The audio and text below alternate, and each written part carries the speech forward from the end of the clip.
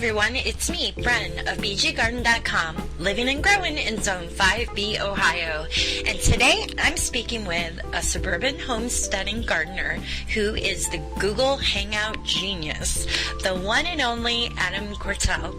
I'm pretty excited to talk garden with Adam today. We recently teamed up to do Google Hangouts that connect gardeners, bloggers, and experts on Tuesday nights. So please be sure to check out Garden Chatter. And in the meantime, here is my interview with Adam Cortell. Hey, Bren, how are you? Hey, how are you? I'm doing pretty well. It's just getting a little bit blustery outside and starting to rain. Oh, no. So, Adam, what hardiness zone do you live in? Where are you growing? What's it like right now? So let's see. So I'm in southern Oregon, and we have two mild winters. Some in zone 8A. It does get down to maybe the mid-teens. Regularly, an average winter might get some lows down about 16, and then every once in a while we'll have a really cold winter where maybe it'll drop down in the single digits. But mostly you can have a really good fall garden, and right now I have things like kale and broccoli and cabbage growing. And then things take off pretty early in the spring because we don't get any snow here on the valley floor. It would be rare to get 2 or 3, 4 inches that persisted for more than a few days. So I can take off in late March and start planting peas and things, especially in raised beds. I think it's some good southern exposure. Wow. And lots of veggies can get going. We have crocus in late February, daffodils in March. So it's a long growing season, really. So the other night on the Google Hangout, you mentioned that it was getting you were cold, it was too chilly. Now, if you're in Zone 8, I'm assuming you don't really get snow, right? Yeah, well, we're in a valley, so all around our mountains that go up to 4,000 to 5,000, maybe the highest are about 6,000 to 7,000. And so there's snow up in the mountains in the winter, but on the valley floor we get an occasional little snow flurry or storm, but it doesn't usually last. And so, yeah, like I said, it was our coldest night, so far now. It's November 19th, and the other night it was down to 22 degrees. Wow. And so that's just kind of average for here. Okay. So you're used to that drop. So your garden's pretty much put to sleep except for those cooler vegetables. Yeah, the stuff they can handle. Last winter I had some things survive the whole winter and take off again, like some broccoli and kale and stuff. It'll just start growing again, which is great because then you can have veggies really early spring because they've just taken off again.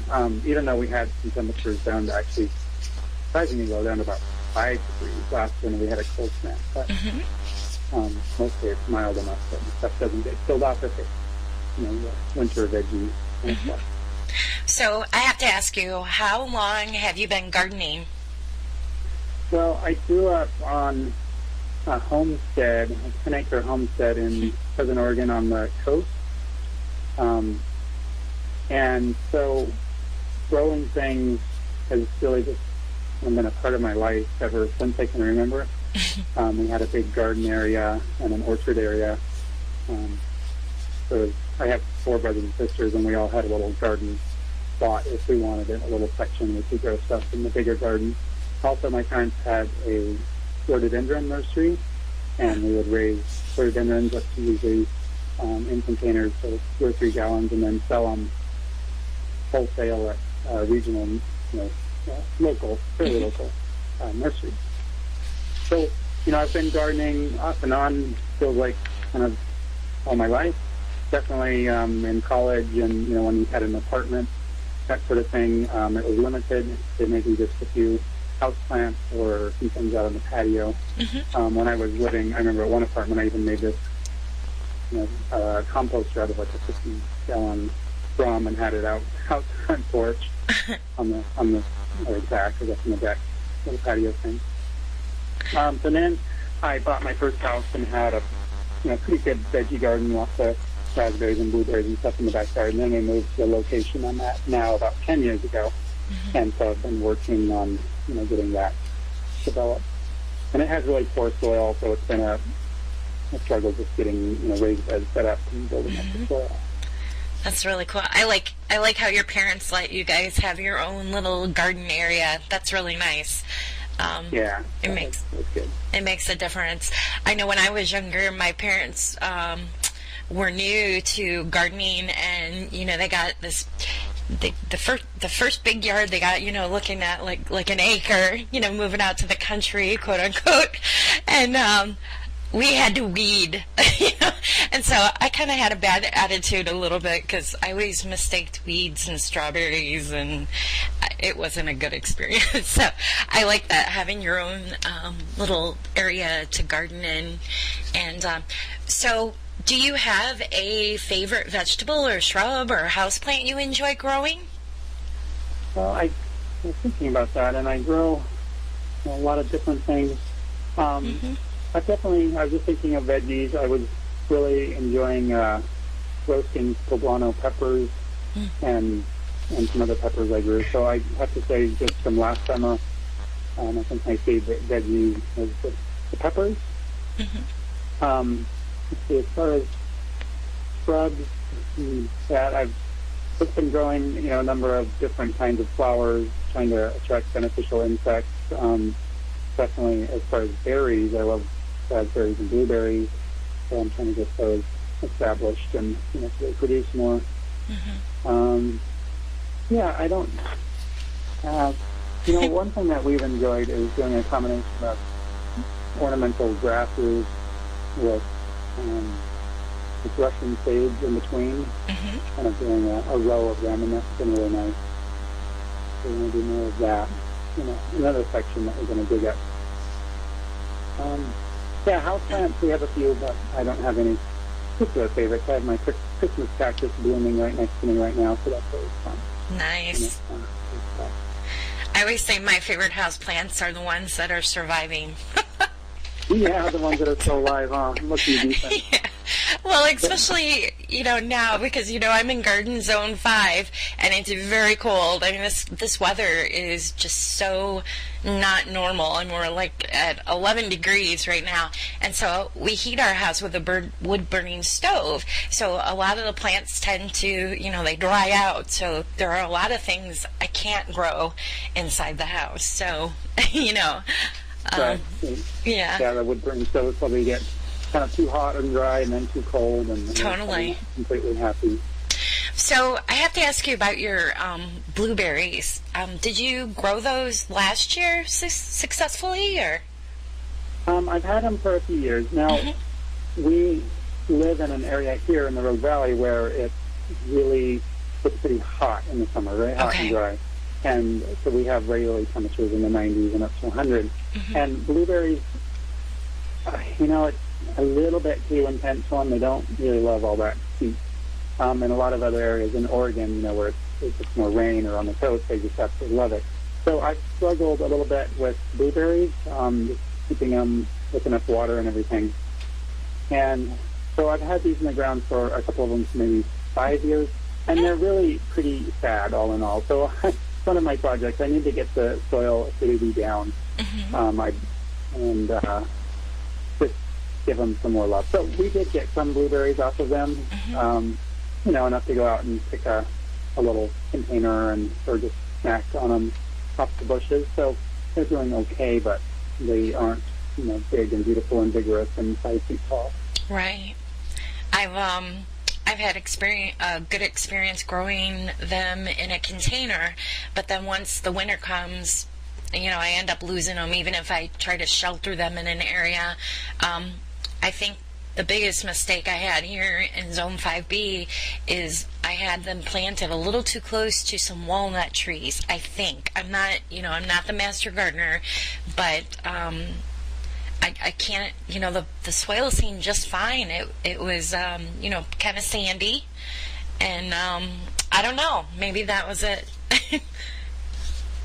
Maybe they just weren't happy in that Yeah. kind of soil next to the walnut trees. I think the acid from those maybe or something, Yeah, well, walnut trees do have some things that exhibit or don't help other plants grow. Sure. Well, it'd be neat to follow your experience with growing those fruits, because that's, I'm noticing it's a big trend, and people love growing their own fruit, especially if you can share something successful, So, yeah, well, what I can probably do is some blog posts later in the winter and the spring about how they're, doing, and then I'm going to add a lot of peat moss and things to the soil, and compost, hopefully with some good beneficial critters in it, and see if I can get them a little more vigorous. So, but a couple of them are kind of yellowing, and I need to, I'm not the expert either on this, and I need to check and see what's causing that kind of yellowness, and then maybe I can figure it out. Okay. And let everyone know what the problems were and how I solved them. So that'd be fun to follow. So, I'm a fan of Google, and I know you are too, because I think that's where I saw you sharing on there, I believe, for the first time. What do you enjoy most about Google? Well, I have to say that mostly what I've been enjoying is the Google Hangouts, but definitely I've been, mostly I was working and trying to get Twitter-pated, going with Twitter, and then I'm shifting my attention to Google, but I really haven't spend a lot of time on like Google Plus. So I'm kind of a newbie on Google Plus, so I'll be working on that and trying to get my circles and that going better. But I definitely enjoyed the Google Hangouts. I was, before we hooked up to do the garden chatter, I was using them to reach out to other garden bloggers and just not actually recording them, but just to get to know some other people and make connections, and that was fun. Right. So. Yeah. Now, what did you call Twitter? Twitter 5? Oh, I guess I was getting Twitter-pated. I've never heard that before. I've heard tweets and tweeted and Twitterer and all that. That's cool. But yeah, Twitter is it's quite a game to try to fit everything in that little 140 space, But Google, it's pretty cool. I'm glad I found you on there, because, it's hard to connect on everything, and we can't as gardeners, even in the garden, we can't do everything by ourselves. I think it's good to depend on the fellow gardener to learn from one another. So, I think social media is kind of like that too, in a way. Yeah, absolutely. Yeah. So I've just really enjoyed connecting with different gardeners all over the world, really, through Twitter and Google. So it's been pretty amazing. Like I remember at one point I just was doing this tweet about, wow, I'm out, in the garden. It was in the summer, and out digging in the garden, and it's amazing at 8:30 in the evening or 8:45 or whatever, and someone in Alaska had, within seconds tweeted back, and so we had this little conversation. I love that. Yeah. I think the biggest obstacle right now in our niche with gardening is gardeners are just starting to figure out, how it works. And it can be a little confusing, the Google Hangouts. They kind of hide that box, where you can ask questions, or I know I'll send an invite out and people will say, oh, I don't have my hair done. I can't do this.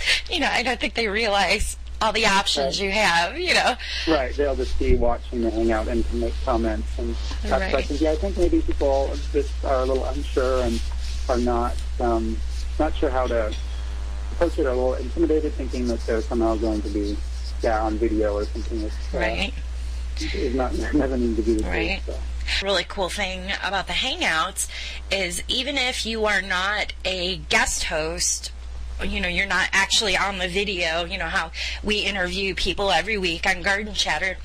If you're just observing this and you're learning from what's being said, and then you comment on the sidebar, I like how you can like it. You can, G plus like it.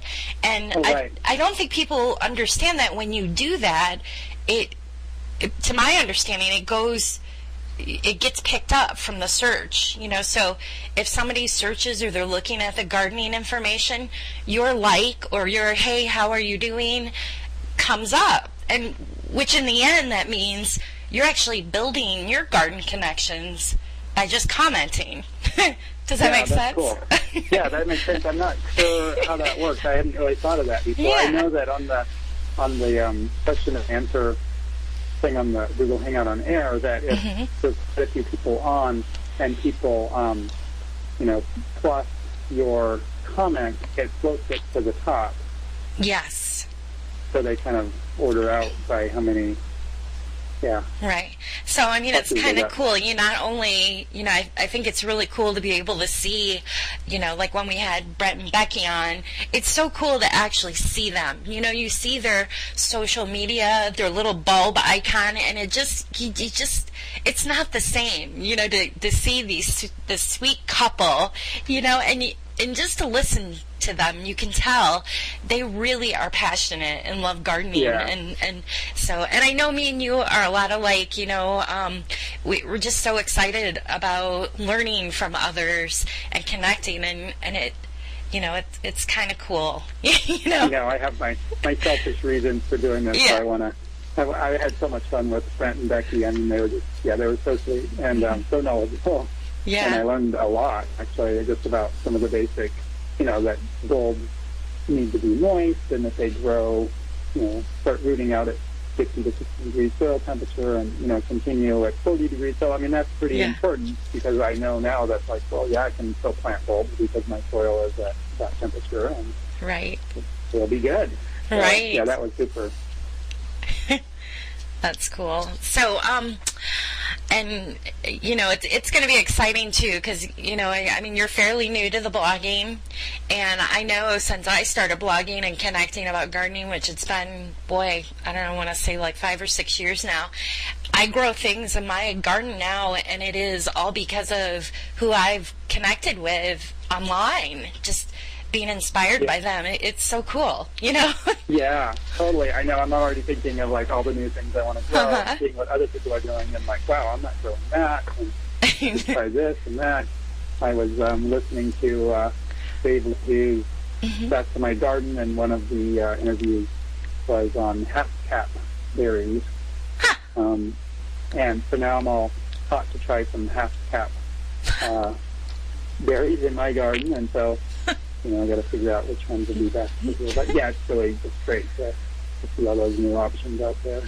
Awesome. So, I know you're busy, so I'll try to. I want to ask you, what is your goal for 2015 in your garden networking adventures? Well, so I want to continue on doing our garden shatters every week because I'm really excited about teaming up with you and doing those. That's been fun, and we just get to meet so many new garden bloggers and gardeners and experts and learn from them. And then also I want to just continue with Twitter and then really focus on Google+. There's so many different options out there that it's kind of impossible to really focus on all of them. Facebook, I have my Facebook page and I go there, but I don't think I'm going to focus too much on Facebook. So I'm hoping for Twitter that I can get up to maybe 10,000 followees somewhere maybe later in 2015. And then Google Plus, I don't have a set goal, but I just want to get a lot more involved with that. And of course that combines perfectly with doing the Google Hangouts on Air and the YouTube videos, because that's all tied together with Google. So that kind of was the obvious choice for me to focus on Google Plus. Right. As I'm doing these Google Hangouts on it. So, right. Anyway, looking forward to that. And then I'll just continue my blog and try to just keep plowing forward and improving it. And, trying to... for my blog, I need to definitely fine-tune my audience and my message about who I am and what I'm about. So I'll be working on that.